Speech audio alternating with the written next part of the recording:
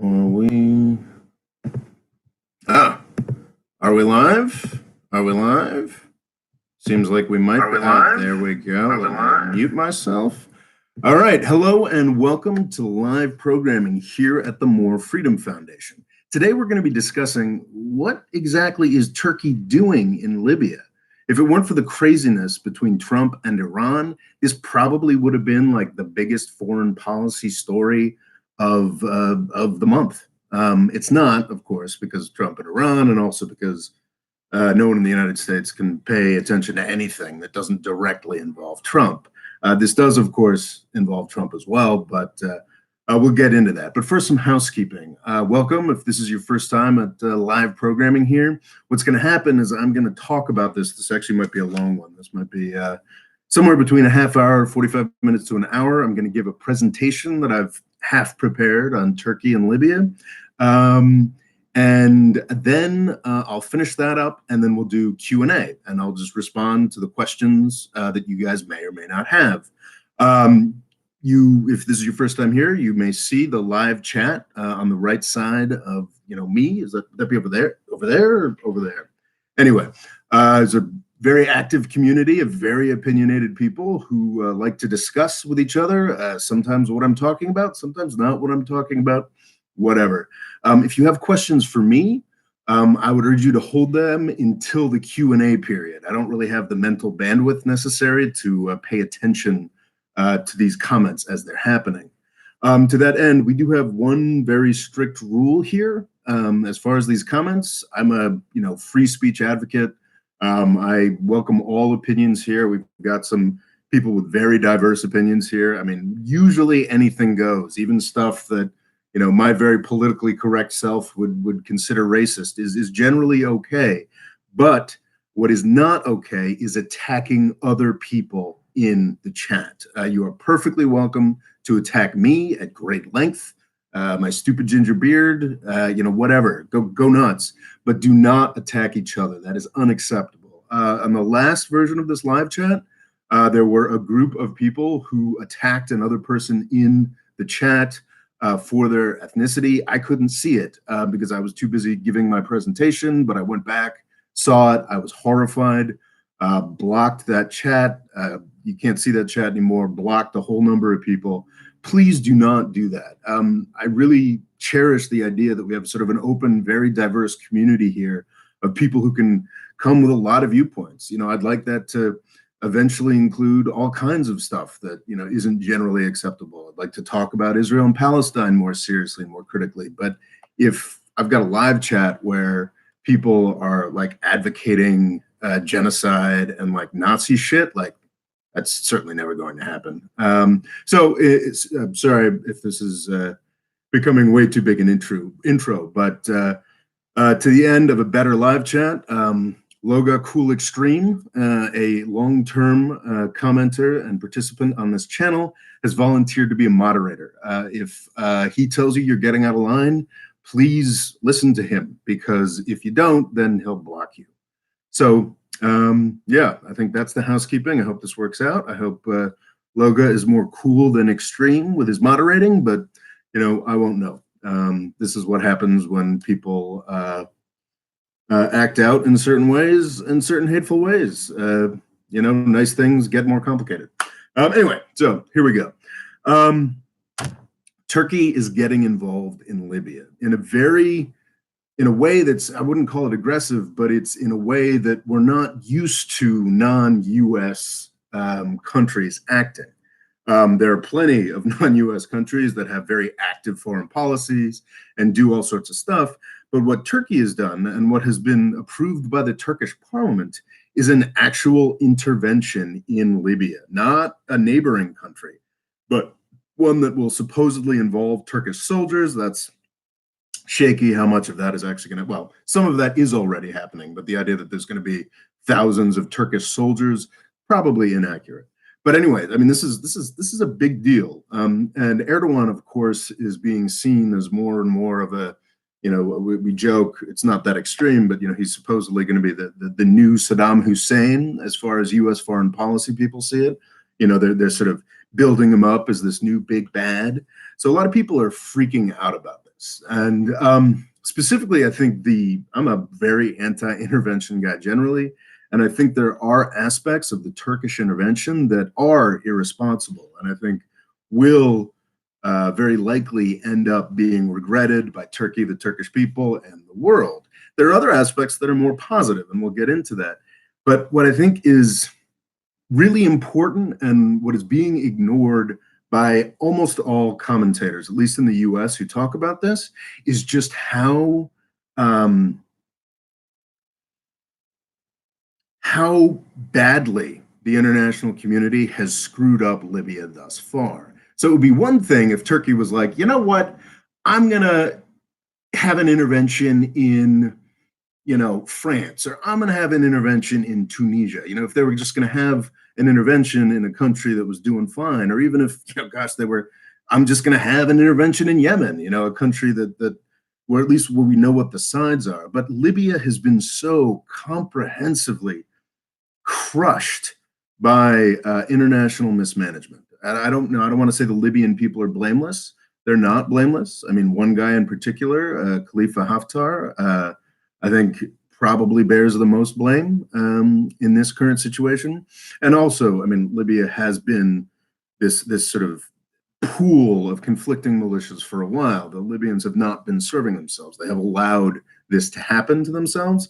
But there's also been a tremendous amount of international influence that has worked to turn what was a sort of definitely a dictatorship, but, kind of a middle income country that functioned into this weird Mad Max disaster that would be kind of interesting if it weren't happening in real life. So I think that's the first message to get across here. It's like, yeah, okay, what Turkey's doing here is kind of irresponsible, but it's not like he's invading Switzerland. This is a place that has been really, really poorly served by the international community. And it's a bit ridiculous to see international actors like the United States or Russia or Egypt or the United Arab Emirates going, how dare you, sir? How dare you? When what we've been doing to this country for almost a complete decade now is utterly shameful. So to do this, to really talk about this, to give it its due, we're going to have to sort of run through a back of the envelope history of Libya. We'll see how that goes. I will probably do this in produced form at some time. I mean, it is just a fascinating case of just ruin the past 10 years. It's extraordinary, and everyone has just been so consistently irresponsible. So, as most of you know, Libya from 1969 to 1999. Well, actually, let's go back for one part of older history. Libya was a very important part of the run up to World War One, because Italy was a country that didn't have much of an empire. It was sort of the laggard behind the other countries, and it decided sort of the early 20th century that it really wanted an empire. And one of the sort of leftover territories that literally nobody else wanted was Libya. Of course, there was one entity that wanted Libya, which was the Ottoman Empire, that decided that this was where they were going to make their stand, because the Ottoman Empire had control over Libya. It's important to emphasize that back then, certainly, and even today, Libya is not a very highly populated place. It is a huge chunk of the map, but it's only got about 6 million people. Tiny Tunisia has twice as many people as Libya does. It's a lot of it's a lot of desert, a lot of oil, and just a few historical population centers along the coastline. And yes, there are, of course, many other peoples even in that large Libyan space, but the density is not very high. So Libya was this place where the Ottoman Empire, sort of, especially the new nationalists that had come to power in 1908, decided we're going to make our stand. And I believe from roughly, don't have the date on this. I got a lot of other dates for you today, but I believe sort of 1908, 9, 10, around there, Italy invaded Libya to take it away from the Ottoman Turks. And the Turks decided to expend a ridiculous amount of resources, failing to protect this faraway territory from the Italians. When that failed, Basically, all of the sort of semi-independent polities of the Balkans decided to start a number of wars against the Ottoman Empire that they won, creating all kinds of problems that indirectly, or maybe quite directly, ended up leading to World War One. So it is important to emphasize that Turkey has a very, very long history, a long, bitter history with Libya. And that's definitely part of the nationalist calculation here for Erdogan is like, oh, we're going to get back into Libya and be important again. That's definitely got some century-old Ottoman dream connotations. What's kind of interesting here, though, is that, and we'll get into the absurd, just sort of mess of outside actors that are involved here. What's kind of interesting is that this time around, Turkey and Italy are on the same side. They're supporting the same faction, and which is actually indeed the UN-approved faction that I believe everybody should be supporting.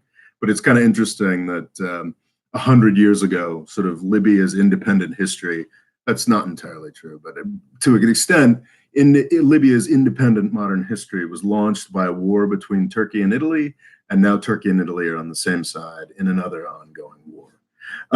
Italy did manage to control Libya, I think, until the end of World War II. Libya had one of the easiest independence struggles because, you know, Italy lost World War II. So nobody was really there to regret Libya becoming independent, and it just wasn't that important before oil either. So I don't know much about King Idris, who I believe was the guy who took over in 1945, 46 or so. What I do know more about is Muammar Gaddafi, the guy who I think did King Idris do the whole time in between? I don't know. But Gaddafi took over in 1969. Gaddafi is kind of a fascinating figure. There's a lot, maybe it's just for people my age, but there's a lot of just sort of the mental figure of the African dictator that Gaddafi kind of helped form, you know, the sunglasses, the hair, the military, you know, the absurd military uniform. I mean, Gaddafi really was kind of the archetype of that. And in the 1980s, I can remember reading comic books where, you know, what was it? There's this one that sticks in my head where, you know, they talk about, you know, it's a dystopian sci-fi, and they talk about how, you know, nuclear war started that wiped out the world. And there's this guy who's clearly not called that, but clearly is the image of Muammar Gaddafi pushing the button to start the nuclear war. So in the 1980s, this is a really important part of the disaster that happened to Libya. In the 1980s, Muammar Gaddafi was the bad guy. He was it. You know, he was much, you know, Saddam Hussein at that point in the 80s was our, you know, more or less our ally because he was invading Iran. Gaddafi was the bad guy. He was the big bad. He was the nasty terrorist, and he really loved playing into that. It was sort of part of his you know, he switched from sort of pan-Arabism to pan-Africanism, but it was always part of his self-image as the revolutionary and, you know, down with the capitalists. And then, you know, it's sort of hard to say. I mean, there's one thing that absolutely led to this, but Gaddafi was also kind of a nut. He wasn't particularly socialist or particularly Islamist. He had his own weird version of both, and that was constantly shifting.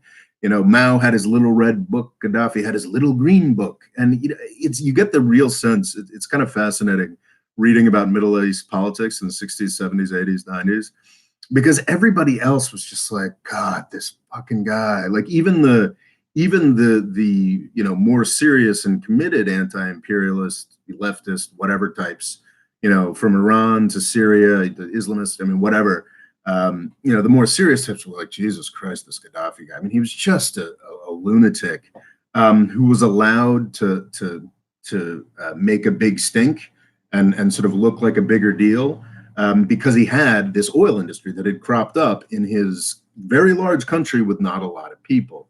So just this sort of weird thing going on. He was involved with the bombing, the Lockerbie bombing, Pan Am.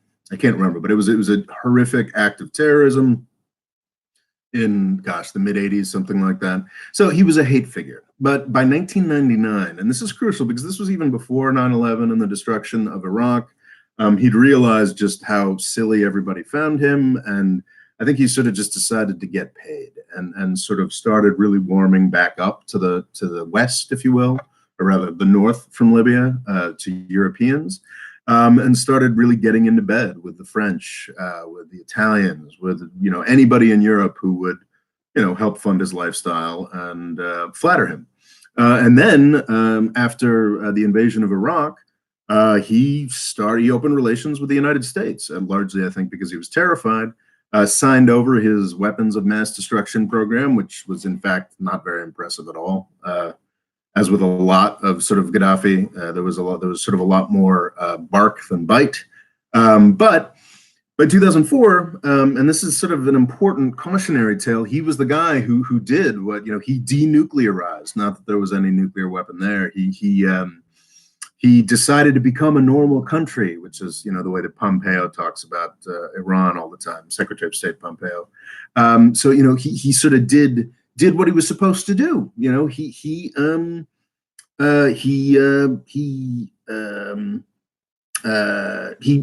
knuckled under. He gave up. He said, "Okay, cool. I'm part of the team now." And I think that that sort of period, those 10 years, were actually probably pretty solid for Libya in terms of rising incomes. It was always, of course, a corrupt dictatorship run by a madman. But when that guy's trying to cozy up to the West, things are going to go a little bit better. Human rights abuses probably fell a bit. Folks got richer. It was a middle-income country with things being developed.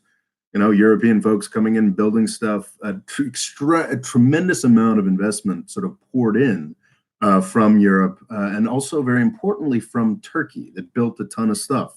This was a country, yes, run by a crazy person, but it was making that transition that I sort of talk about as like the good regime change that has completely transformed every continent in this world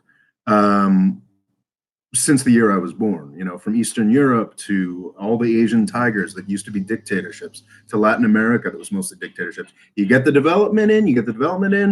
The dictator gets rich and then eventually is willing to give up. That was well on its way to happening in Libya. And then the Arab Spring happened. It was reviewing this. It was kind of extraordinary to me. Libya got what a lot of people wanted for Syria. It got a full-on NATO invasion. We didn't have troops on the ground, but you can be sure there were special forces on the ground. And we had alliances with sort of militias on the ground. But it took 7 months. It took 7 months for NATO to destroy Libya. And just think about that. That was an active participant. That was for 7 months, bombing the country, actively destroying the power structures that had existed there for 7 months. And I think we don't pay enough attention to sort of what happened there. We took a developing middle-income country and we destroyed it. Sort of in the Arab Spring, I have a lot to say about the Arab Spring. I might even do a series coming up. We'll see. But this is, I think, was it Christopher Davidson who wrote Shadow Wars who first broke it down this way, but I think it's really true.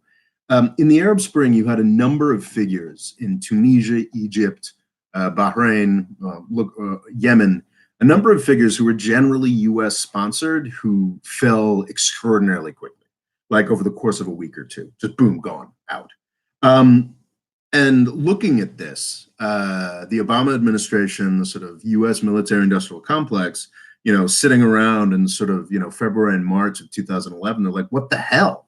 Like all the dictators we liked are gone and the dictators we hate are still there. And I think there's probably some lessons there about the legitimacy you can get by, being anti-imperialist, even if you're an awful murderous kook like Bashar Assad or Muammar Gaddafi.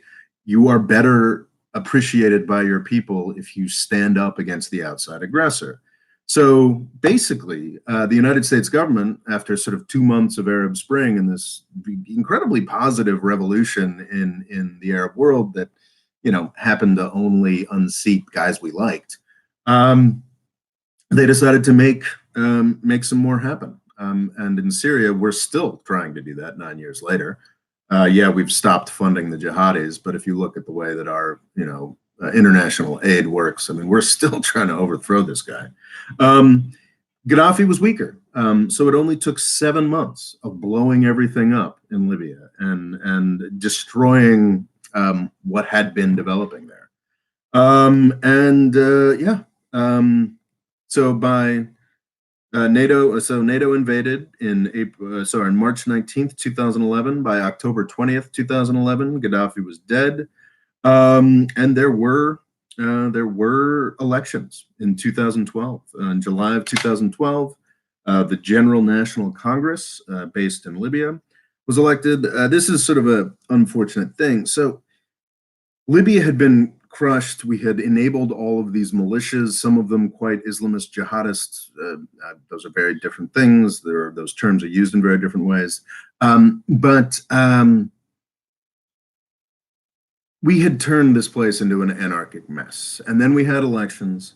And the problem is, this is sort of the opposite, the classic stereotype, which is, in developing countries, sometimes you get one man, one election, one man, one time.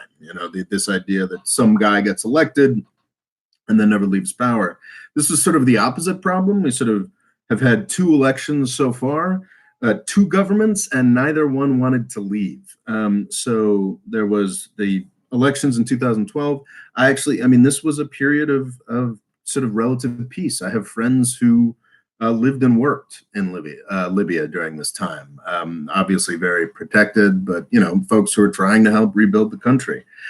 And then in 2014, there was another set of elections. And actually, I was researching this, and I think initially the House of Representatives, this was a more legitimate group than the General National Congress in 2012, because their more recent election sort of created them. And what happened was the 2012 group, which is decided not to give up power. So the group elected in 2014 and the group elected in 2012. Sort of from here, it started falling apart. And the sort of Libyan civil war was launched in 2014. The UN, the international community, did sort of step in and try to create a better solution. And that's where we get the Government of National Accord, which was intended to be a mix between these two competing elected bodies. And that was signed in December of 2015. This was supposed to be it. This was going to do it. And so the Government of National Accord, is still the UN-approved government that is based in Tripoli, which is on the far west of the country. And that's the Government of National Accord. That's the government that still exists. The government that was elected in 2012 was also more Tripoli-based, and that's mostly defunct now. That has sort of transitioned to the Government of National Accord. But the House of Representatives, the 2014 bunch, decided not to lose power. They're referred to as the Tobruk government, though I believe their main power center is now sort of in Benghazi, which is Libya's second largest city. So you've got these 2 competing elected governments that, or rather, the GNA is a successor to the elected government, that are really just sort of coalitions of militias that are going at each other, and it's really unpleasant and it's chaotic, and it's still been going. At this point, you've got Haftar, and Khalifa Haftar, is kind of a fascinating figure. He's also like not as remote as the Ottoman-Italian War, but he's also, because of his age, he is a remote figure from Libyan history. He goes all the way back to the beginning of Gaddafi's reign. This guy Khalifa Haftar was one of the officers that brought Gaddafi to power in that coup in 1969. This guy's in his late 70s. And it's kind of extraordinary. So this guy Haftar became more and more powerful in Gaddafi's regime. And then in 1986, I don't know enough about this, but I think he lost a war in Chad on Gaddafi's behalf, was disavowed, and then ended up going to the United States. And he lived in the United States from 1986 until 2011. This guy is a US citizen. This guy also lived in the DC suburbs. I don't have really direct confirmation of this, but I think it's very fair to assume that this guy has a fairly close relationship with U.S. security services.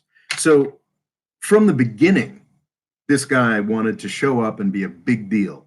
From the beginning of sort of the post-Arab Spring developments, Haftar showed up in Libya and wanted to be a big deal. And he was initially just sort of laughed out of the place. He showed up in 2011. He was like, I am a big general. I'd like to run the military. Here I am. And everyone was like, yeah, screw you, Jack. I mean, you're a Gaddafi guy who was bad at it. So he was sort of, nobody was interested. He actually went back to the United States. And then in 2014, when the dispute between the two different elected bodies came up, he volunteered his services once again. And apparently in 2014, he launched a coup, basically saying, I'm in charge now. I am the Libyan National Army and I say what goes. And he was laughed away again. He was like, who is this asshole? The problem, and this is sort of where it gets in. I mean, I've already talked about international intervention, of course. But the thing to remember is that throughout this process, throughout the 2012 election, 2014 elections, outside actors were taking a tremendous role the entire time. I've traditionally, and I think even my one produced video that I did on Libya last time has taken, as longtime viewers may know, I don't much like Saudi Arabia, sort of a thing against Saudi Arabia. And one aspect of outside intervention in Libya is that Saudi Arabia and the UAE hate Muslim Democrats, hate Muslims who try to, or Islamists or whatever you want to call it, who attempt to put Islamic, combine Islamic principles and democratic principles.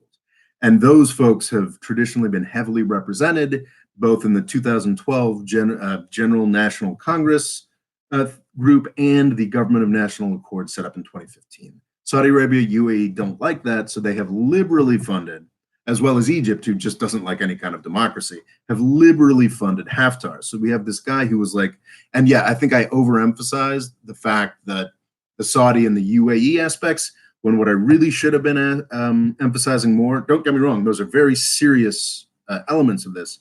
What I should have been emphasizing more this whole time is oil. Libya is an oil country. Despite it being as tiny as it is, I think I don't have the exact figures at my fingertips, but produces an extraordinary amount of oil for being such a small place.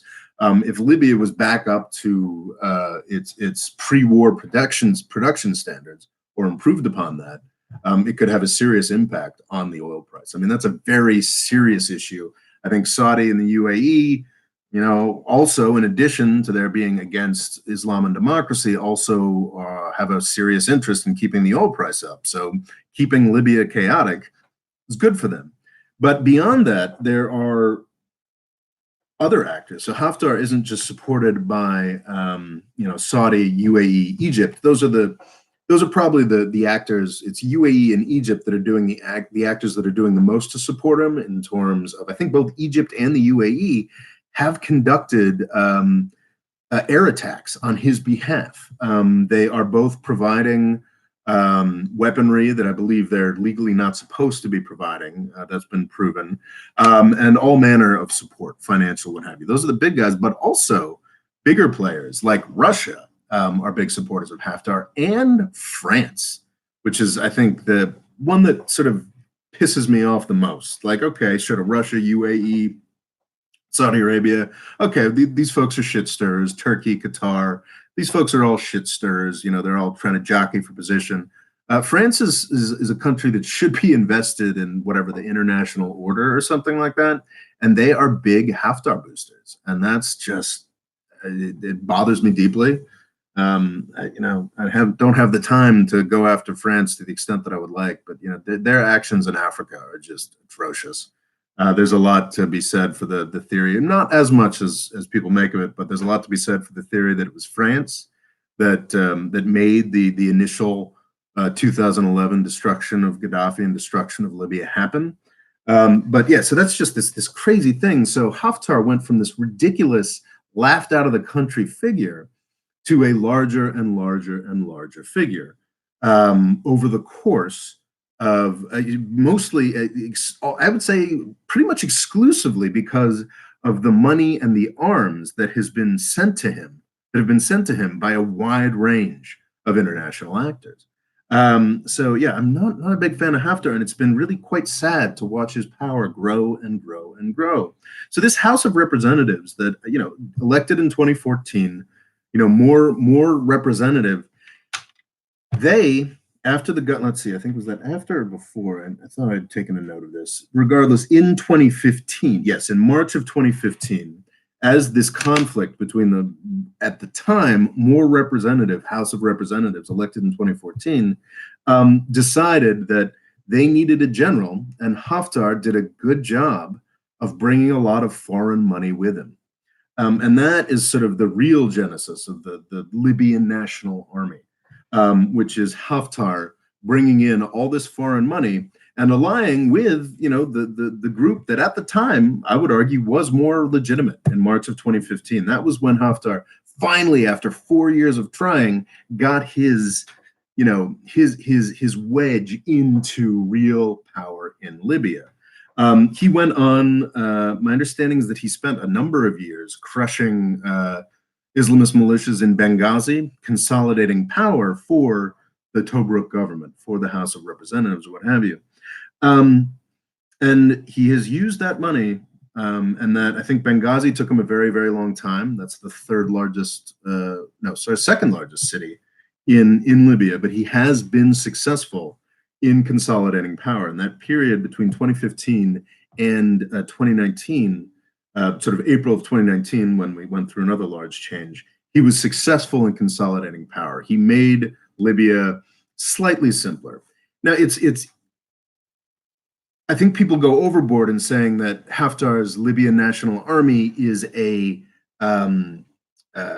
crushing of all the militias, and it's a uniform army, and it's they put on uniforms and they're a real army.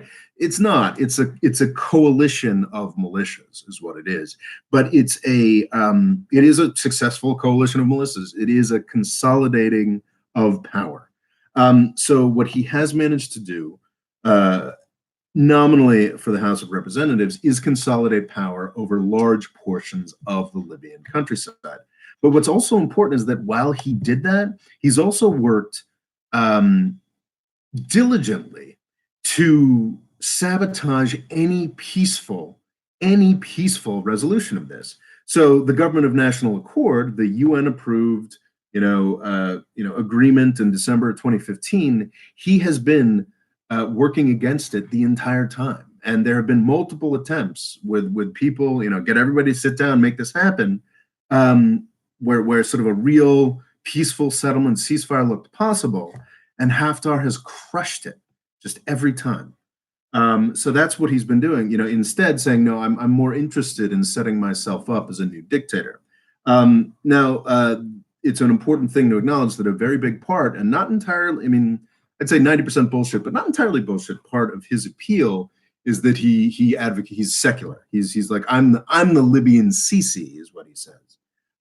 Which that shouldn't appeal to people, but it does appeal. So he's sort of modeling himself again after the Egyptian dictator, who is really much worse than the pre-Arab Spring Egyptian dictatorship, extraordinarily violent. Inaugurated his leadership with a massacre of 800 people in a day. But Sisi's secular, and that's sort of why.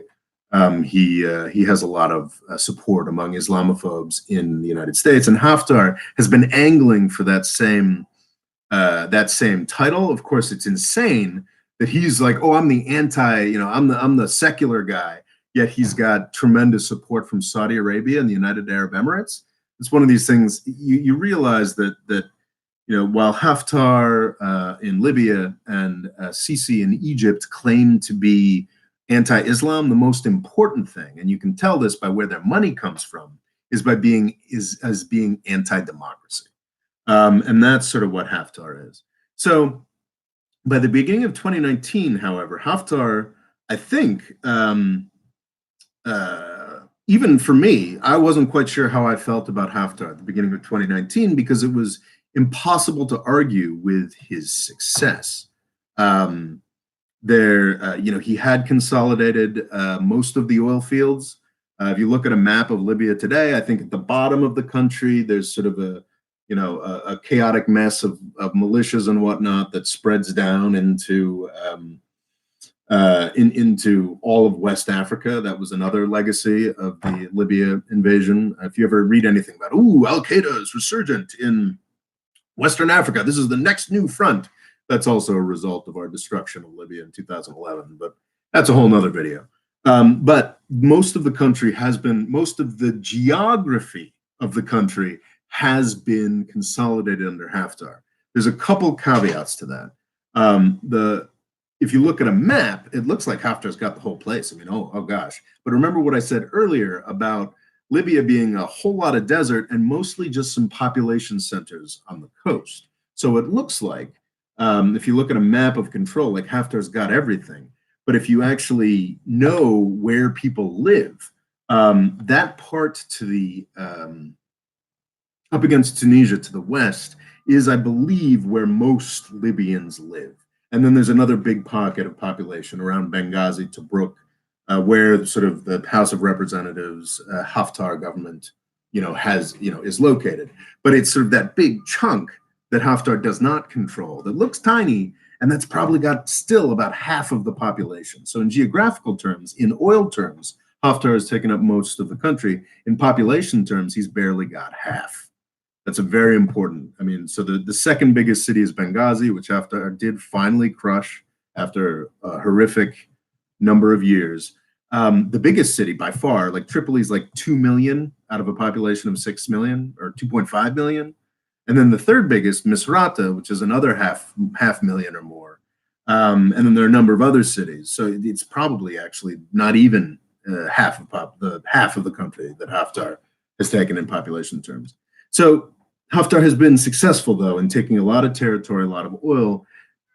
What I think is something I've become aware of more over the past year is what has happened to that House of Representatives government that he was fighting on the behalf of, this group that was, I believe, more legitimate back in 2014, 5 years ago. He has started disappearing parliamentarians. So people who disagree with him disappear. I think there's one female parliamentarian, I sadly did not record her name, who has disappeared. Her husband was killed when she was arrested. Chances are pretty good that she's dead now. So this House of Representatives that chose Haftar as their champion is now being crushed. The House of Representatives, that government, has actually split. A number of them are now in Tripoli and sort of supporting the government of national accord. But that doesn't really matter anymore. The House of Representatives gave Haftar his initial sort of, touch of legitimacy in March of 2015, and he's been able to build from there. It's kind of a monstrosity. But he had consolidated all of his geography in oil. And that brings us to April of 2014. April of 2019. This is just last year. We're making it there. We're finally making it, folks. In April of 2019, it looked like, because Haftar had been so successful consolidating much of the geography in the oil, and the government of national accord was getting terrified by this, the one that controlled still the majority of the population, it looked like it was really possible for a sort of grand agreement, a legitimate government for all of Libya that a real peace deal, a real ceasefire after 5 solid years of chaos and 8 years of complete, we don't know what's going to happen. It looked really possible. It was going to happen. It was great. The UN, I believe I think it was the UN Secretary General went to Libya, was in Tripoli to be part of this conference, and Libya and Haftar destroyed it. Haftar launched an attack on Tripoli while the UN Secretary General was there. He used this peace process that looked like it was finally going to happen as an excuse to launch a sneak attack. Because in a Libya that's finally consolidated, finally at peace, Haftar loses all of his power and legitimacy. He loses his ability to sort of corrupt and destroy everything. Haftar is only interested in a unified, peaceful Libya if it is a unified, peaceful Libya under Haftar. So, Haftar, not a good guy. What was interesting is, and I think made it very clear what a lie most of the mythology around Haftar's better organized Libyan National Army was just the fact that it bogged down. It bogged down. His attack on Tripoli was a failure. He supposedly controls all this territory, has this real military, and didn't get anywhere. This is, again, keep in mind, with the support of the UAE, Egypt, Saudi Arabia, with all of this money pouring towards him, couldn't do it. Bogged down, complete failure. He's been in the Tripoli suburbs for 9 months now, failing to take it.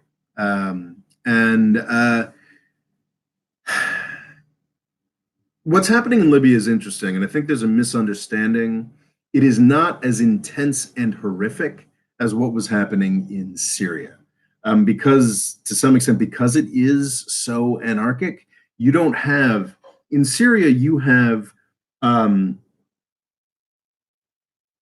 two sides that were at least massively supported by the richest countries in the world. Or I guess Iran and Russia certainly aren't the richest countries in the world, but they are real powers with real resources to throw at this. Haftar has sort of half-assed support from Haftar has sort of half-assed support from a bunch of very rich countries. But that half-assed support makes him sort of the big swinging dick in Libya. Because the government of national accord really just has the United Nations. It has the half-assed support of Turkey, Italy, Qatar, and the United Nations. It has the nominal support of the United States. Supposedly we're for it. It's UN approved. It's official. But they're not getting much arms. They are now finally getting some arms from Turkey and Qatar. It's actually, I think Turkey and Qatari support goes back quite some way, but it's a huge stepping up. So you have Haftar is able to become this really, really big deal in this sort of sea of conflicting militias because he's the only actor that has serious support. I'd say half-assed because it's not support on the level that Russia and Iran are giving to Assad in Syria. It's not that big a deal. This has been a horrifically costly, it's been horrible, this past year of war with Haftar attempting to take Tripoli. But this horrible year of war has only killed about 2,000 people, 2,500 people, maybe 5,000 people. And that's horrible. It's horrific, but we're not talking like the Syrian buzzsaw and I think in 1 year it killed 150,000 people. I'm not sure if that's, well, nobody knows if that's entirely accurate. But what was going on in Syria is nastier. And the problem with Haftar and Haftar's invasion of Tripoli is that was a step up in nastiness. There's this weird sort of Mad Max surreal quality to a lot of the fighting in Libya that people have written about. It's becoming a testing ground for a lot of drone and robot technology. So, I mean, usually, not always, life kind of goes on while this fighting is going on in the suburbs. It's very, very surreal, sort of people in cafes talking about the fighting going on in the suburbs between, robots and sort of weird ass militiamen. I'm sure many of you remember this is from the uprising, the destruction of Gaddafi. Folks, they would take anti-aircraft, they would take aircraft guns and bolt them to the backs of pickup trucks. It's just been this phenomenally weird thing. The imagery, it's kind of science fiction and weird. Unfortunately, it's also a war zone that kills thousands of people. So that's one of the aspects that's something that I'll put a pin in that and come back to. That's one of the main problems with Turkey's intervention, is it presents the possibility of the Libyan war, as bad as it is, getting kicked up to another level, becoming more of a Syria-like conflict, which would be horrific. So yeah, but this is this sort of disaster thing. So before Haftar invaded before Haftar invaded Tripoli in April of last year, he actually was building legitimacy. That's the crazy thing. People were beginning to be like, okay, maybe Haftar is better than all this, chaos. But he sort of threw that out with his invasion of Tripoli, with his invasion of the superpopulated west of the country. So it had been kind of falling apart. And this is where we get into sort of escalation with the sort of lackadaisical, half-assed militia approach of the Libyan war thus far. Haftar wasn't making any progress. So in the fall of, these battles, they're always horrible, but it's just, people wouldn't be taking that many risks. The front line wouldn't be moving that much. It was just sort of all pretty lackadaisical. Once again, proving that Haftar's Libyan National Army was not a big deal. What happened in the fall of 2019 was, it's this weird, there's a lot about this Libyan war that's kind of interesting in a very perverse way. You started getting these reports. It's like something dramatically changed on the front lines in Tripoli, and Haftar's forces started moving forward, started making a difference. And it's extraordinary. That's how just sort of half-assed this war is.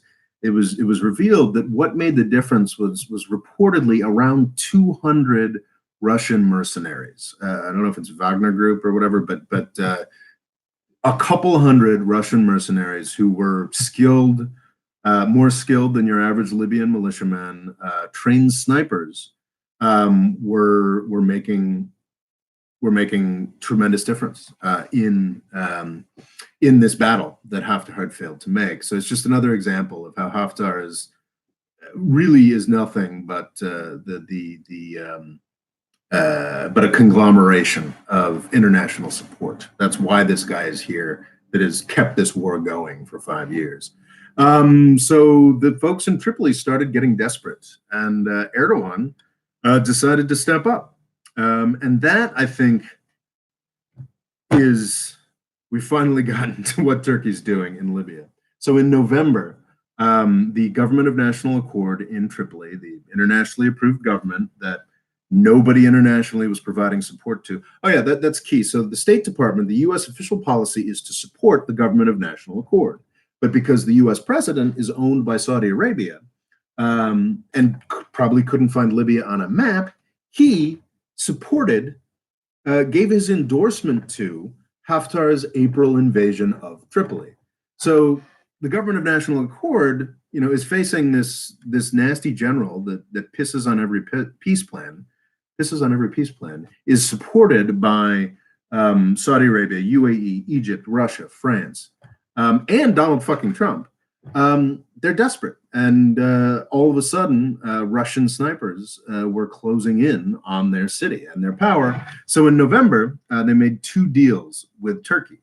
One was covering the entrance of Turkish troops, and the other was a maritime border deal. Now, I am not equipped to weigh in on. I am not equipped to weigh in on the law of the seas and how this works, but I think it is kind of fascinating. So essentially, Turkey and Libya agreed to split up the water in between them, which was extremely frustrating to Greece, Israel, Egypt, Cyprus, and I believe some other actors who were planning on developing those waters for gas resources. And I think that's sort of what's at the heart of this sort of ridiculous abuse of Libya by the international community is oil, and it's not oil and gas, petroleum resources more generally, and it's not just the oil and gas in Libya; it's the oil and gas in the Mediterranean off of Libya. So I think the Libyan national government knew, the official government knew that this was going to piss off all of the world's international actors by signing this deal with Turkey. But I guess at this point, the government didn't care, and they shouldn't care because the world abandoned them, so they were happy to sign this deal with Turkey. That really sort of put a grenade among the chickens, or what have you. I don't know. I don't have the expertise, can't analyze these international issues. But honestly, like when I consider sort of what Egypt and Italy have been content to, what Egypt and a number of other actors have been content to let happen to Libya. I think this move by Libya, and it's not just a move by Turkey, it's a move by Libya as well, is fine. They're using what's left to them. Yeah, it's obviously destabilizing and not necessarily a good thing, but it's kind of hard for me to be like, "Ooh, Turkey, you bastard," when we just sort of talk about the history I've just recounted. So my main concern with another interesting thing about this is that Turkey's intervention on January 2nd was approved by the Turkish parliament. That's something we don't do in the United States anymore. So, actually, Turkey, when it comes to warfighting powers, which are really, I think, all of history will tell you, warfighting powers are the most important aspect of government when we're talking about the descent from republics to dictatorships. Warfighting powers still have to be approved by the Turkish parliament. So, in that respect, Turkey actually is a much better democracy than the United States. So there. So on January 2nd, that was approved by the Turkish parliament. Now, there were initially amazing, now keep in mind what I was talking about, how the Libyan battlefields is just so ad hoc and weird, sci-fi, surreal joke, that just that approval, January 2nd, Turkish parliament, we can put Turkish troops on the ground in Libya. That's something that really nobody else was willing to do. Russia, they'll put some mercenaries in there, but, Russian mercenaries. In Syria, they can be killed by U.S. forces in their hundreds, and that doesn't count. I mean, Turkey is willing to put actual Turkish soldiers there. I think that's been caveated and backed off a lot because it's not a very popular choice in Turkey. But the threat of actual troops there, really clarified things immediately. All of a sudden, after 9 months of sabotaging every deal, Haftar was willing to make a deal. And we got a ceasefire. It was amazing. Russia and Turkey, these powers that are, sort of opposed in Syria, were also now backing opposing sides in Libya. They agreed to ceasefire. And Haftar supposedly was going to go along with it until Haftar being Haftar, he decided to abandon it, to throw it away. So this is something that is very active, that's very much happening right now. Apparently on Sunday in Berlin, we've got the opening of another peace conference for Libya.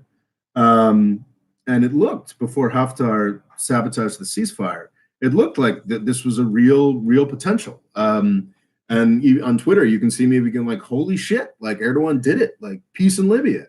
That was premature, for sure, because Haftar is still Haftar, and Haftar is not interested in peace or unity in Libya unless it is peace and unity under Haftar.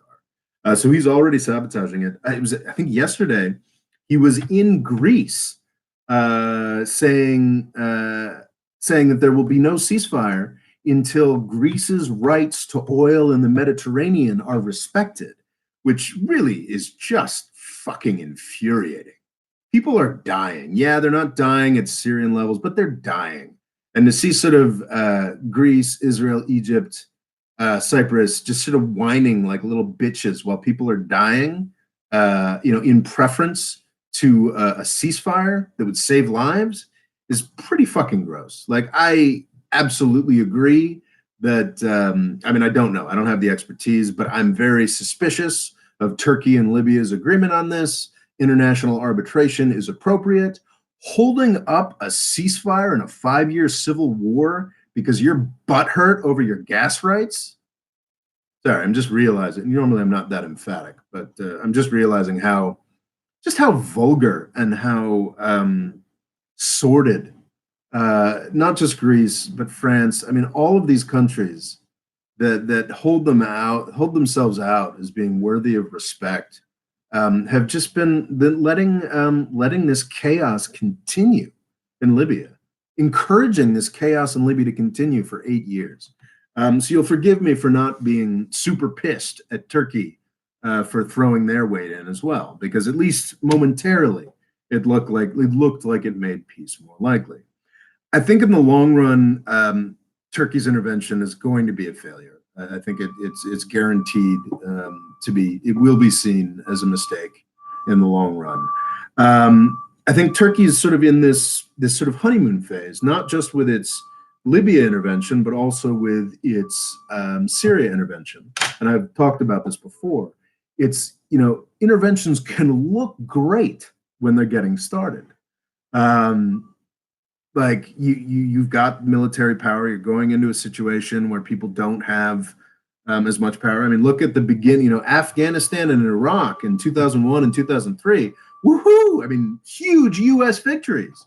Yet we're still there 20 years later, having lost trillions of dollars, thousands of lives, hundreds of thousands of local lives, without really accomplishing anything.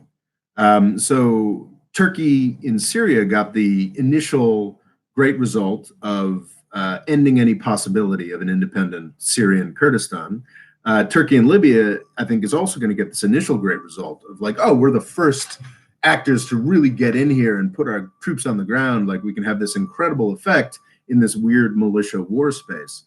And who knows, maybe it'll work out. Like maybe this is just the last little bit that was necessary for peace in Libya. But I think it's more likely that what Turkey will end up doing here is escalating Libya and turning Libya into more of a Syria-like situation. It's been revealed that just recently that the Turkish military won't actually be spending much time on the ground there. There absolutely are already advisors and drone operators, this, that, and the other thing. But the main forces that are getting sent into Libya are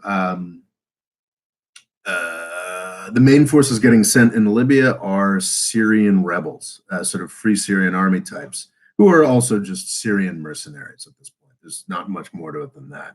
They're getting a higher rate of pay than they were getting for fighting in Syria. So there's thousands of them, and they're being countered by thousands of Sudanese mercenaries on the other side. So this is sort of a heightening of the battle in Libya. This sort of vaguely sci-fi, vaguely surreal aspect of the war in Libya could be changing dramatically for the worse as an escalation. I mean, who knows? That like maybe Turkey has sort of won the escalation game and we'll get real peace. That's possible. But my fear is that just like in Syria, eventually this we got the initial thing will wear off, and the costs will begin to mount. That's my main fear. So while I think it's unfair to give Turkey, sort of special, to be outraged over what Turkey's doing here, I also don't think it's a good thing for Turkey, and I think it's going to end poorly for everybody. What has to happen, what should have happened 5 years ago is, well, I guess, just 4 years ago, is the world needs to get behind the government of national accord, do a ceasefire, do a deal, do whatever's necessary, send Haftar back to the Virginia suburbs, please, where he belongs, some retirement home.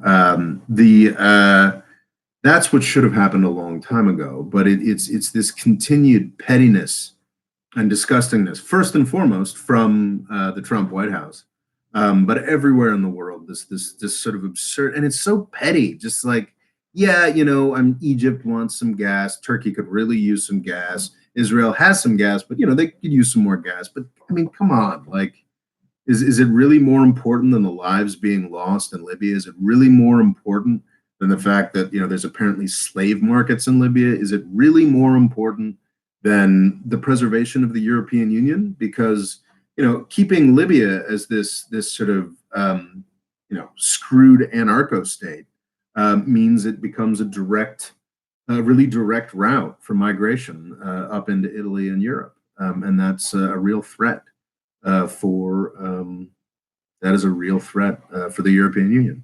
So anyway, I think I've shot my wad here. I talked for a whole hour on this. I apologize. So yeah, how are we doing? Has Logo been blocking everybody? Let's jump into the QAE. Who's got questions? Well, that's an interesting. So honestly, the Mo Freedom Foundation, I see this is a question coming up, stands for Morris. That's very plausible. My name is not in fact Mo, but it's More Freedom Foundation is what was always intended to be.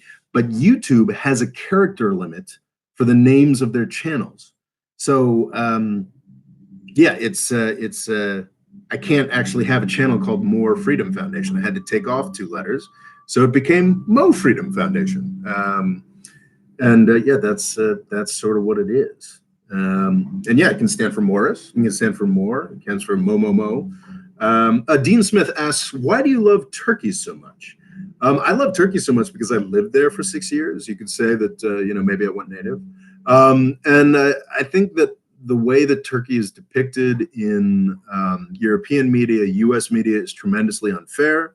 I think Erdogan is a mess. I think he's kind of disastrous, but there are a lot of reasons why Erdogan emerged. And I think potentially Erdogan won't be in the long term as damaging as many people think he is.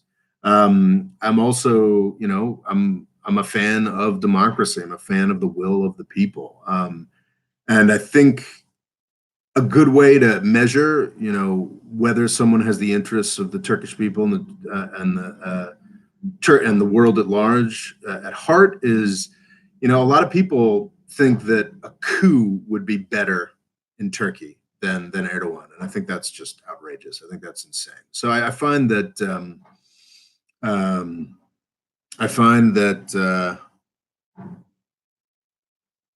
yeah, I mean, I'm not a fan of Erdogan, but I am a fan of Turkey, and I think that it gets unfair coverage in the West. So there you go. A lot of questions. So Logo Cookstream asks, so with Turkey's war power resolution and Erdogan's loss in Istanbul's election, mean it's not fair to call Erdogan a dictator? I don't know, man. Like, the dictator is a word. The dictator is a lot like terrorism. It can sort of mean anything, and yeah, it when you're pornography, I'll know it when I see it. I don't like calling Erdogan a dictator. I think he's absolutely got authoritarian tendencies. He's absolutely likes power and likes consolidating power. But yeah, I mean, I think there's a term that managed democracy, I think is a term that people use, or sort of soft authoritarianism. Turkey has real elections that have real impact. The Turkey is not the dictatorship yet that people describe it as. Absolutely trending in that direction. But you can also argue that Erdogan might be losing his grip.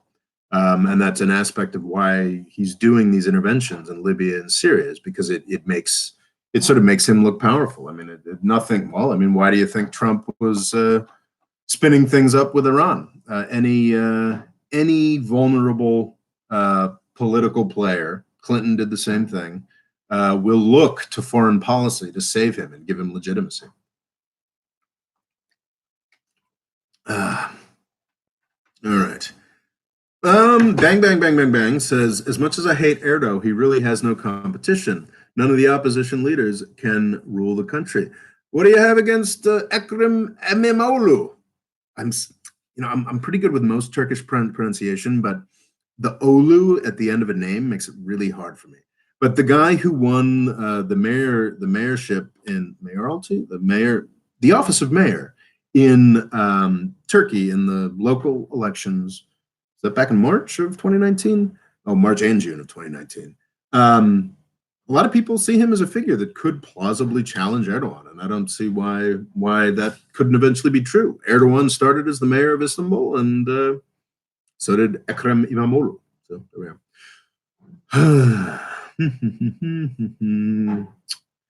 Just Vanderson asks thoughts on the death of Sultan Qaboos of Oman. Not really. I have not made as much of a study of Oman. My understanding is that Oman is generally seen as a better run, the best run of the Gulf states, mostly because it has the fewest petroleum resources.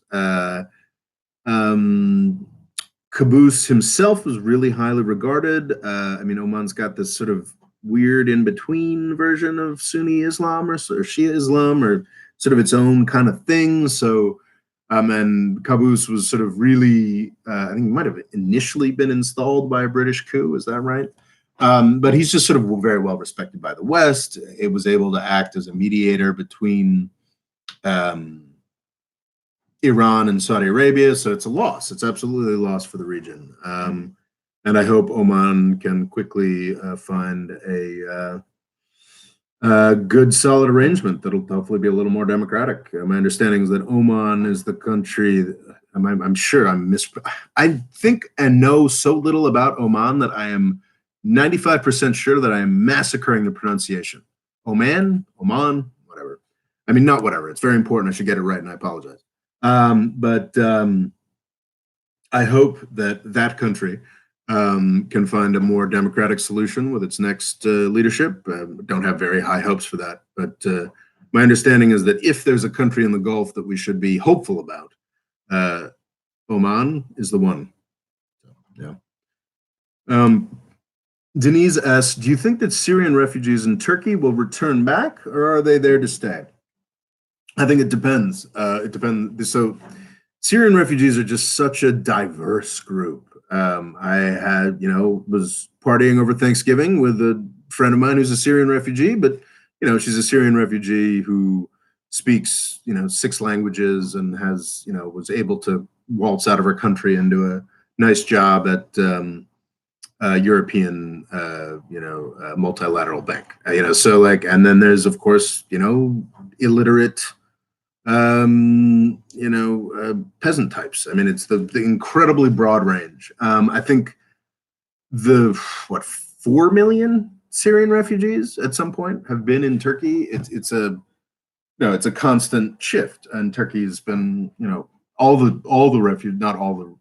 of the Syrian refugees in Europe went through Turkey. So probably 5 or 6 million at some point have been in Turkey. I think it's going to be a constant flow back and forth. I think once we finally have peace in Turkey and some kind of settlement, I mean, there needs to be the idea that Turkey is going to be able to have this permanent sort of Turkish Syria repopulated with refugees is kind of insane. I don't think that works legally. I don't think that works practically. I think that once the United States and Russia have sort of left Syria after a sort of ceasefire thing, then Turkey is going to become the enemy for a lot of the folks that they're paying now.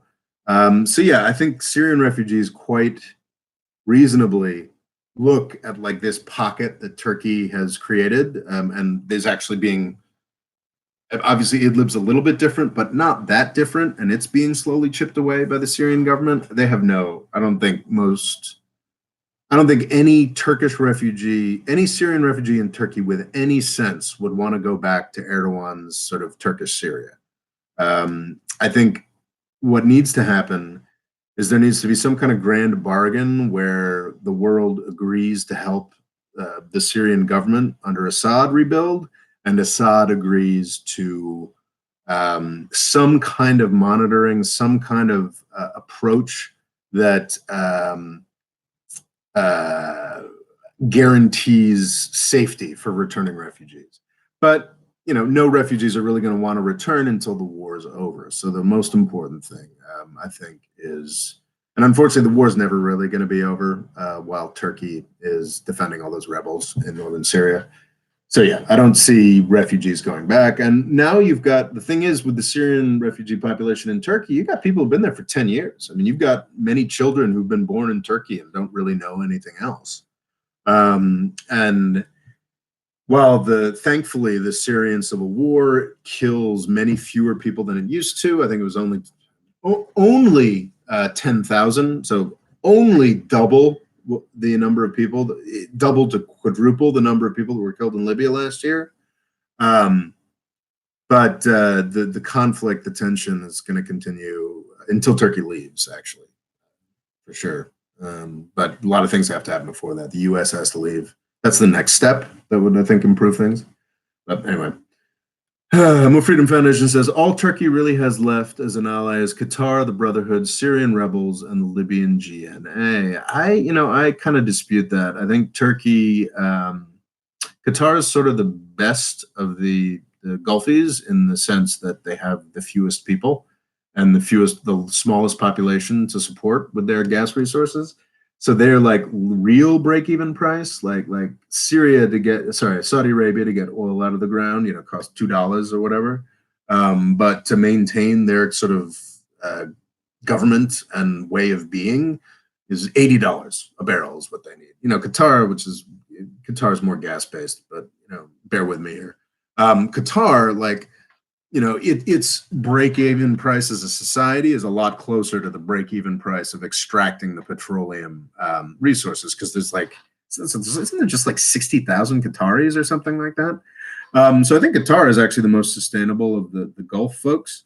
And while the UAE, Egypt, Qatar, US axis is a very powerful one, I think the ongoing support of the U.S. for that is very dependent on Trump staying in power, and also a lot of the wealth of sort of Saudi Arabia and the UAE. I think the UAE, which is a more intelligent, sort of sensitive reader of political currents, is figuring out that its imperial efforts are not as well appreciated as were not appreciated by the world at large.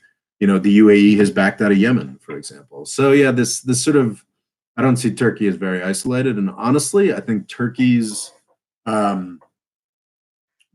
approaches are more obviously, they're looking for gas resources, they're looking to crush Kurds, this, that, and the other thing. But generally, I would say that they're more democratic and more sort of headed towards the future than the Saudi Arabia and UAE are.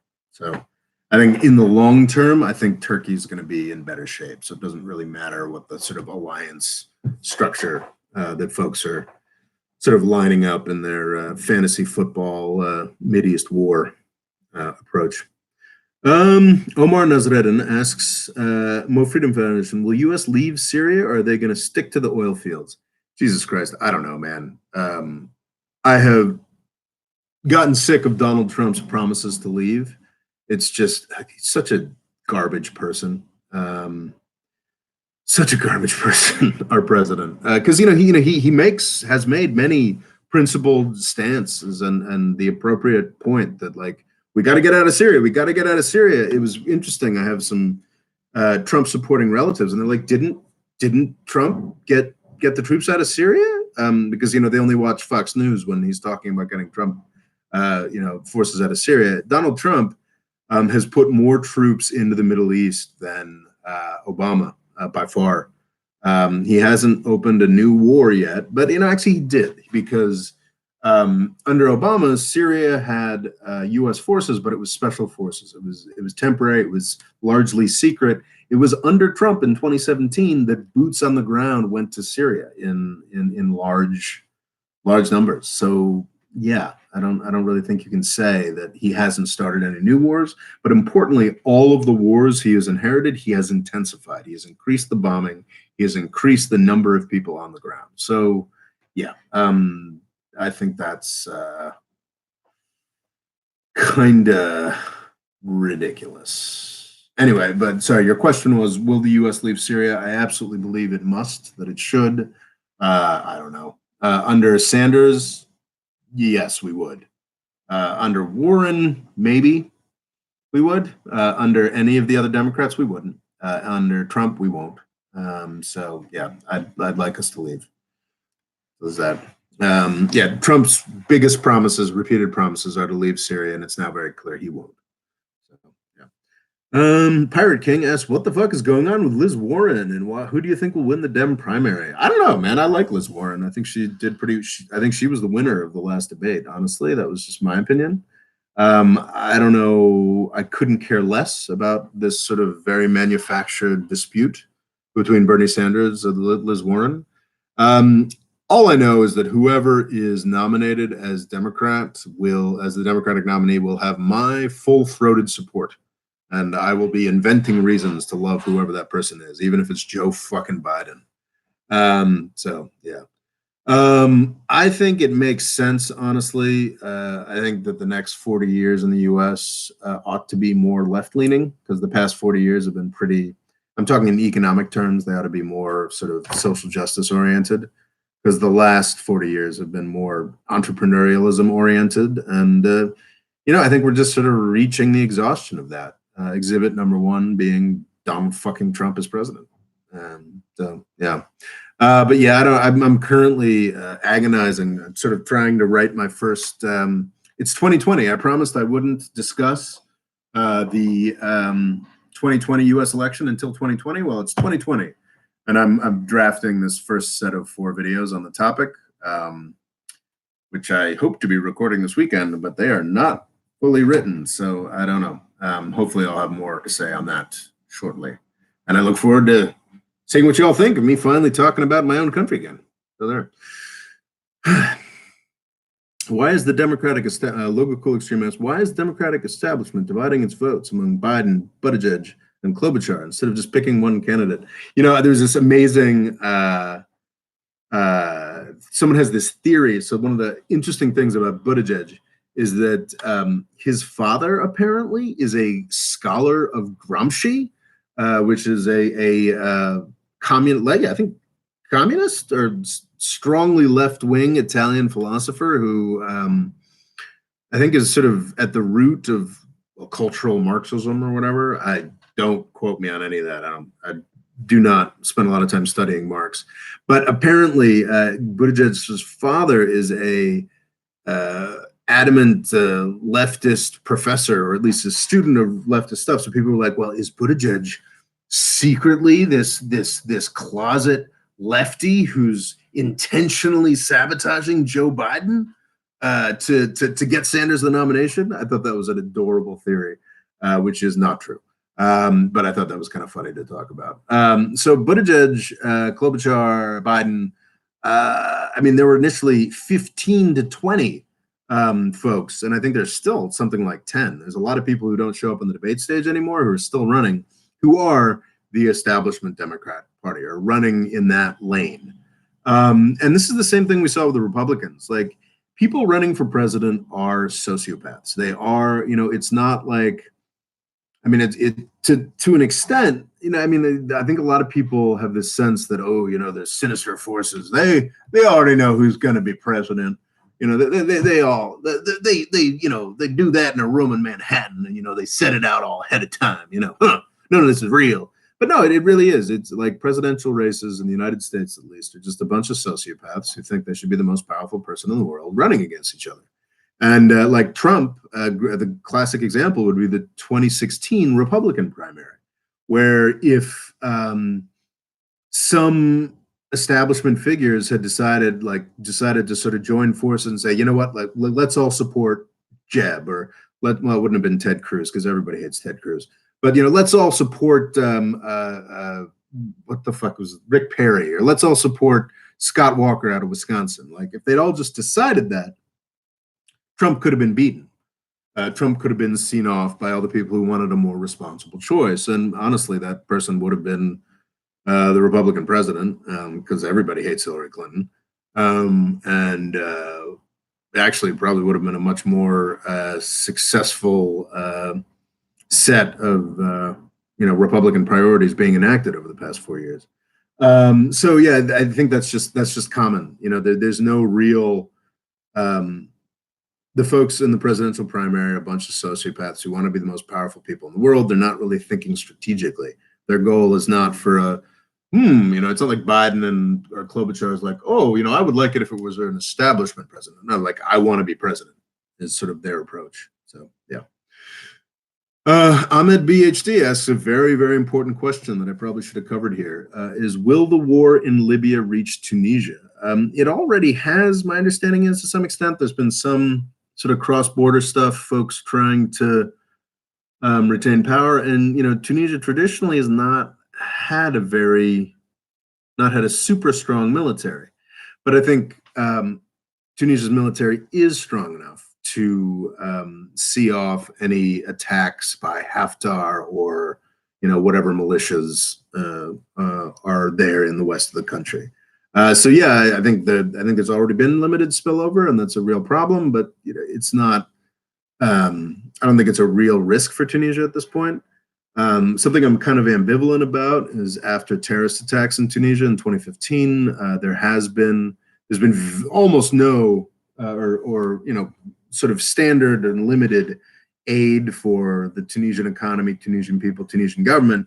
But there has been a lot of U.S. military aid for the Tunisian military. And I think those resources could just as easily be turned against any spillover from Libya. So, yeah, I think that's a real concern of instability. Tunisia would obviously be a vastly happier, more prosperous, safer place if the Libyan civil war was over. But I think Tunisia probably has the resources it needs to defend itself from any spillover. Now, once again, that's from any spillover from the Libyan conflict as it exists now.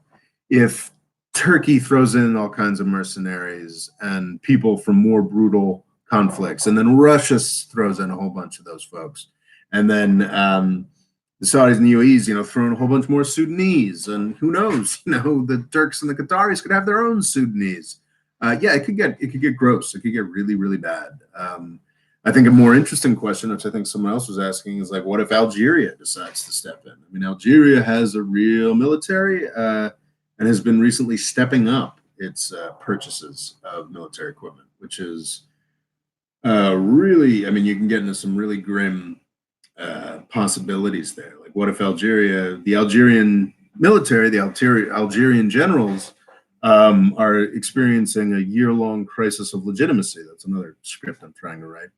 And so what if the Algerian generals, with a much more serious military than the Tunisians, and also like 40 million people in Algeria, Algeria and Libya look like they're about the same size on the map, but Algeria has got not quite 10 times as many people, but yeah, 8 times as many people. So yeah. That's a real terrifying possibility, which would be very weird if the Algerian generals just decide that, well, people might like us better if we invaded somebody. Because sure, if the Algerian military rolled into Libya, I don't see any reason why they shouldn't be able to. Even if, the Algerian military, I don't think has fought much. There's a lot of dick waving with the Polisario front in Morocco, but who knows? It could be a disaster, but it's also quite possible that the Algerian military could, roll through Libya. Anyway, so that's horrifying things to think about.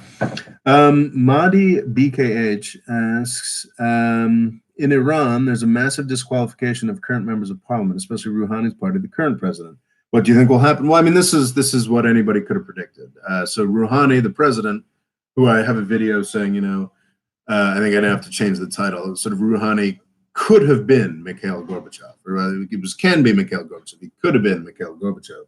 Rouhani and his party, the reformists, these were the folks who wanted to be open to the West. These were the folks who were behind the Iran nuclear deal. These were the folks who wanted to finally end this 40-year-long stupid conflict. And Trump pissed in their faces and embarrassed them completely and made all the violent death to America hardliners in the Iranian government much more powerful. So, Donald Trump is the reason that all the reformist members of parliament are being disqualified. and why all the reformists and peace-minded people in Iran are losing their jobs. So sad, not very surprising. Hans Peter asks, is Turkey under Erdogan more corrupt or less? I believe he has to be hard to get shit done in Turkey. It was crazy how much corruption it was before Erdogan, my opinion.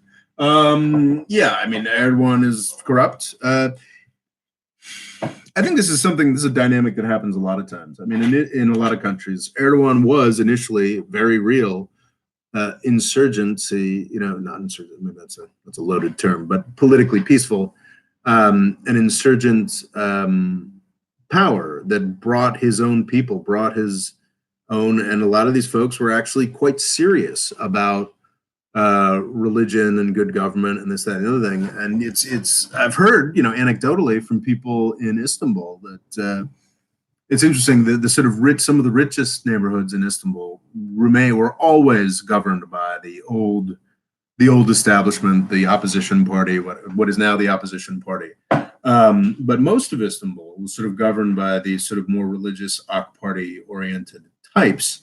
And the consensus was that these AK party regions were much better run. You didn't need bribes to get things done. You didn't need bribes for building permits, this, that, and the other thing. So yeah, I think the AK party, in its initial pitch, which was very much accurate, was that it was less corrupt than the establishment that came before. And I think they got a lot of mileage out of that. I think it's almost certainly still true in certain regions. But the AK party now is a party that's been in power for 15 years. And it's just natural that when you're in power, power corrupts. It's a cliche, but it's very true. And I believe that has absolutely been happening to the Turkish establishment, the AK party, Erdogan's party and government.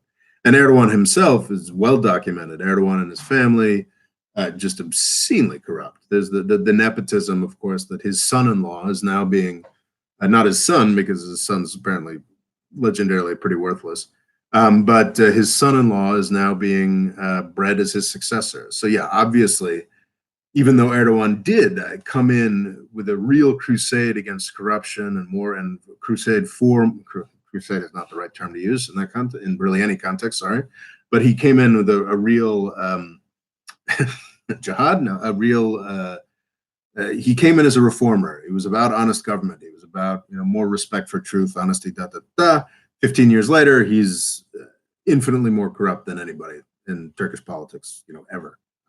Just the amount of power he has. Power corrupts. Absolute power corrupts, absolutely. Pirate King asks, hey, Mo Freedom Foundation, why is Xi Jinping's China childishly bullying other countries? Does he have a manhood problem? I don't really see Xi Jinping's China as childishly bullying other countries. Though, yeah, the Indonesia thing, I don't understand what the hell's going on there. I have not read about that, but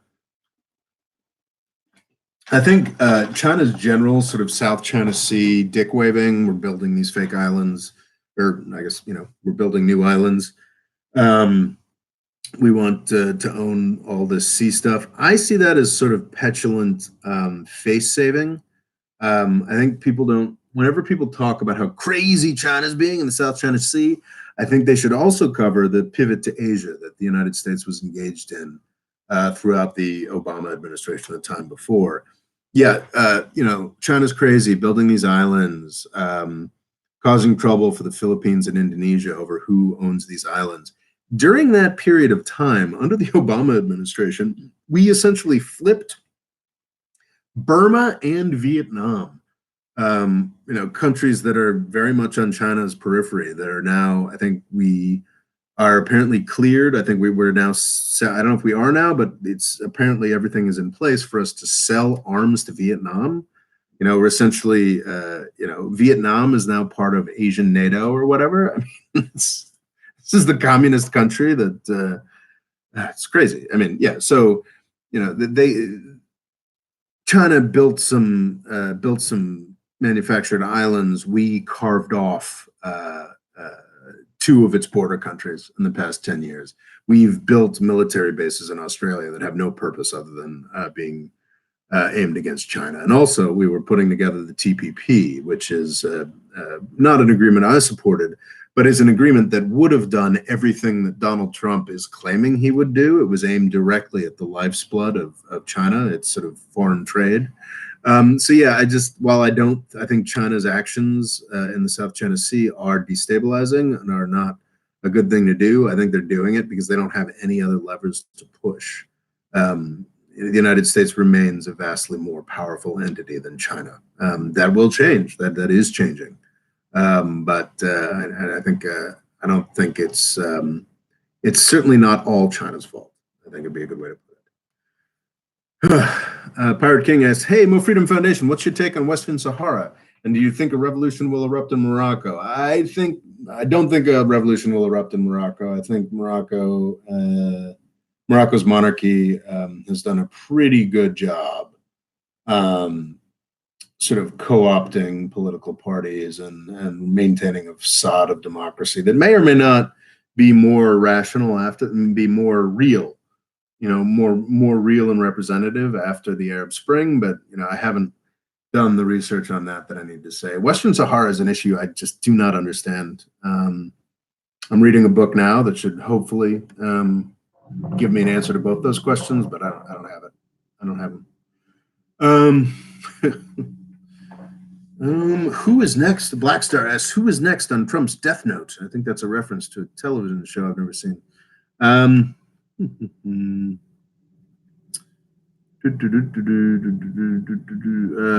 Questions. More Freedom, German Force asks, "Hey, what is Germany's part in the Libyan conflict? All conflicting parties will meet in Berlin." Yes, shit, did I not mention that? Sunday, Berlin, new conference, peace conference. It would be great if everybody participated. Haftar is supposedly maybe going to participate. He's obviously he's terrified and does not like the idea of a peace settlement that happens before he conquers Tripoli. So yeah, Berlin. I think Germany's involvement in this conflict is not high. Germany doesn't do a lot of. Next, Germany's in NATO. They were probably involved in the initial occupation, but they're not a Mediterranean country. They're not as invested in sort of oil and gas issues there as everybody else is. So I think Berlin, the reason the conference is in Berlin is because they're seen as a good, plausible mediator. Okay. Bang Bang Bang asks, well, nope, I lost it. Where did that go? I'm trying to find it. Bang Bang asks, will Turkey turn hostile against an economically declining Saudi Arabia eventually? Turn hostile? The whole Khashoggi thing was completely manufactured by Turkish intelligence, and I'm all for it. Yeah, obviously, it's Saudi Arabia's fault because they're dumbasses that thought they could execute one of their nationals in their embassy on Turkish soil. Well, I guess the embassy is technically Saudi soil, but whatever. But yeah, Turkey and Saudi Arabia are already at loggerheads. It's not like Turkey's going to invade Saudi Arabia. But yeah, they're already competing very hard, and I think that Saudi Arabia is.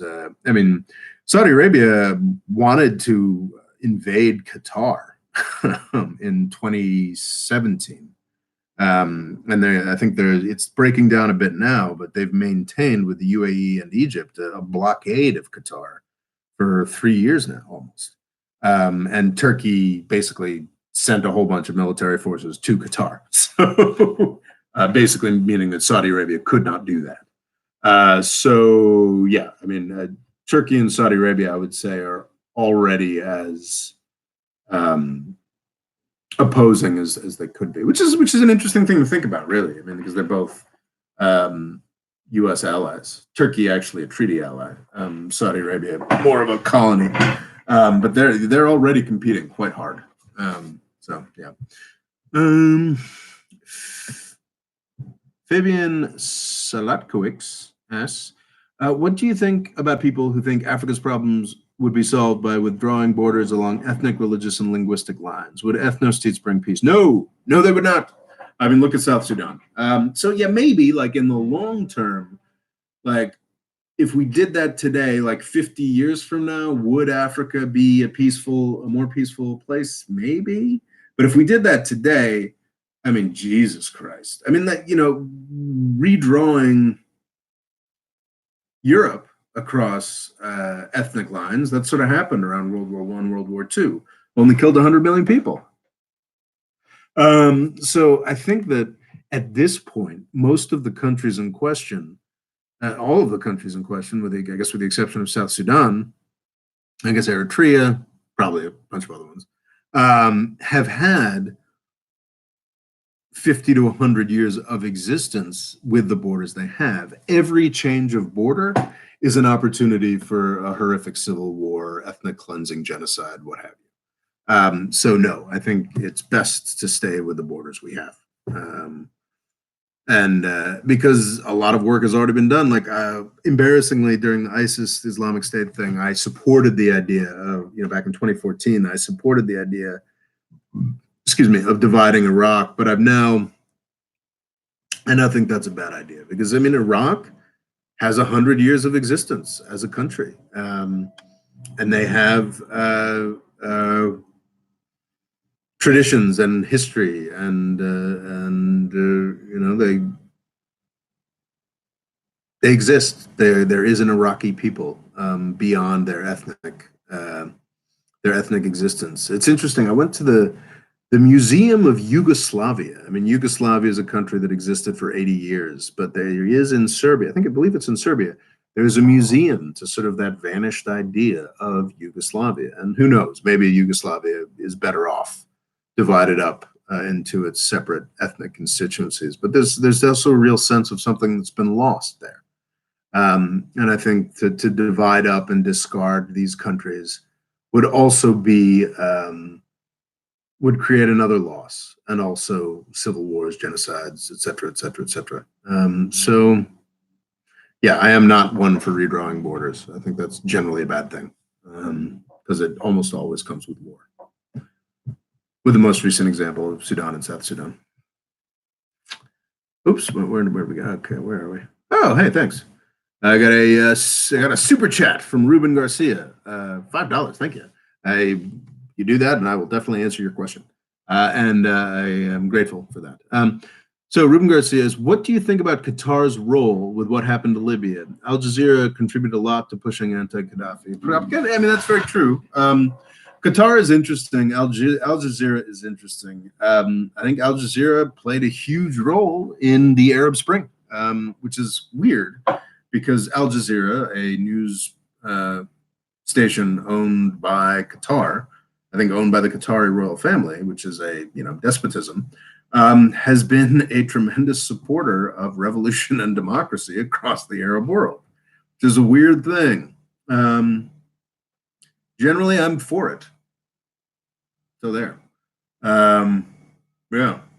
Now, my understanding is that Arabic Al Jazeera is a sort of a different kettle of fish, but much more anti-Israel, much more Islamic supremacist, what have you. But I think the Arab Spring was a good thing, even in Libya. I think what made Libya and Syria so atrocious wasn't the sponsoring of ideas of democracy and more representative government. What made it so atrocious was U.S. intervention, NATO intervention. One of the saddest things about Syria is that in 2011, Assad was like, "Yeah, okay, cool, let's do some concessions," and of course that was dishonest or meant to be rolled back, but he wanted to do some concessions, and so did fucking Gaddafi. But instead, we brought about these horrific civil wars that are both still continuing a decade later. So yeah, I mean, while certainly Qatar and Al Jazeera have had a shit-stirring influence, they haven't been starting civil wars. They haven't been invading places. They've just been saying, hey, maybe Arab countries don't have to be dictatorships or monarchies. And I support that idea.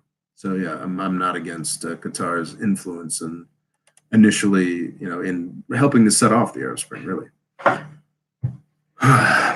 Pirate King asks, "Hey, More Freedom Foundation, what do you think of the Islamic Summit in Kuala Lumpur a couple of months ago?"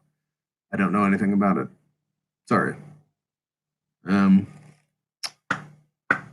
More Freedom Foundation, do you support independence for Turkish or Iraqi Kurdistan? Asked Joseph Anderson. My answer is no, I do not.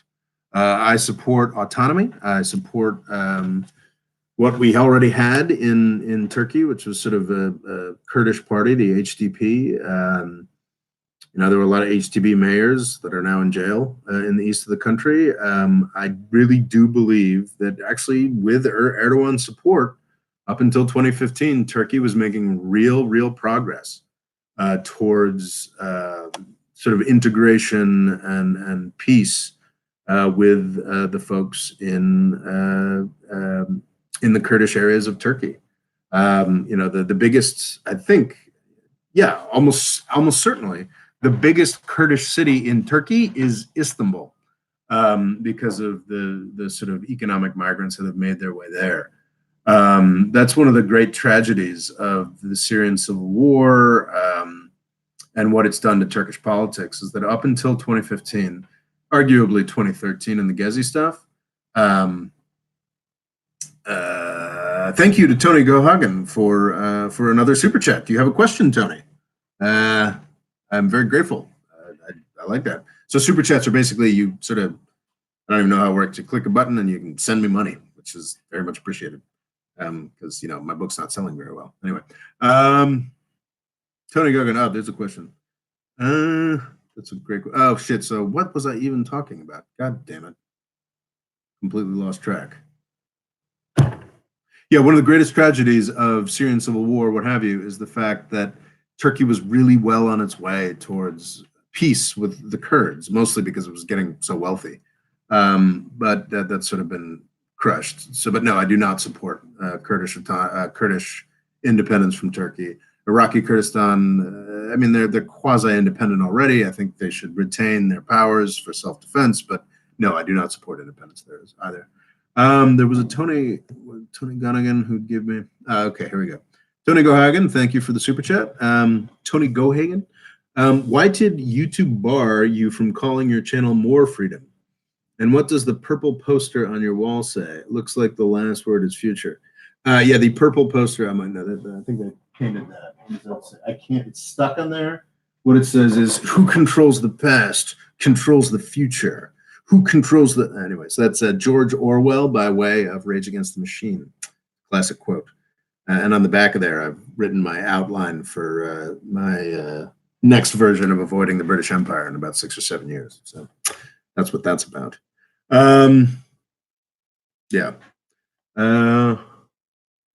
Yeah, so who controls the past controls the future is a great line, both in Rage Against the Machine song, and I believe it's in 1984, which I did not realize. I have read 1984, George Orwell's 1984, but did not realize that one of my favorite Rage Against the Machine lyrics was George Orwell before I painted that. So anyway, I guess I can